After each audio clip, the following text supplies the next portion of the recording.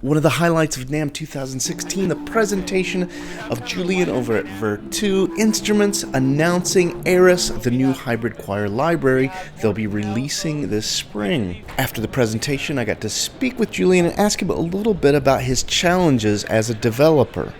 I think AERIS has been a little bit of a challenge. We've been just more logistically.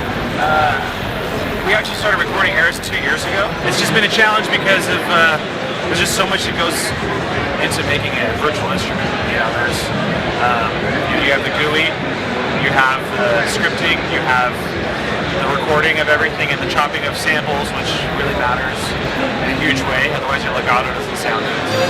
That's probably the most challenging. Also got to ask Julian a little bit about his inspiration and what kind of instruments he'd like to be developing in the future. Inspiration. I mean, yeah, I find great value in like your string libraries and your orchestral instruments.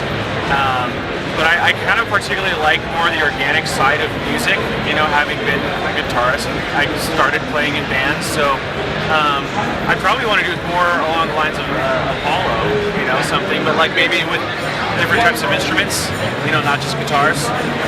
Now, Julian is a composer himself, has quite a few credits scoring, so I asked him about other developers' tools that he might be using in his own work. Gosh, there's a lot. I find myself using Cinestrings a lot. I love Cinestrings. I was actually part of that project back in the day. But I think so more recently, in the last 6 months, I've been using a lot of Spitfire stuff. And I love their Albion 1. Their Albion 1's just, it's rocking, I've had a lot of really tight deadlines, so something like Albion 1 has been really helpful to really, cut down the time and just make the sounds, give me the sounds that are going to be very marketable and, make the client happy, but, it's all right there. I don't have to load different instruments. Julian then went on to tell us a little bit about the projected release date for AERIS. AERIS will be released spring 2016.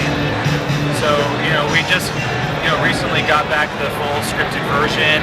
Now there's a bunch of bugs to work out and a bunch of presets we have to make. So it's going to take a little bit of time. Of course, Don, great talking to you.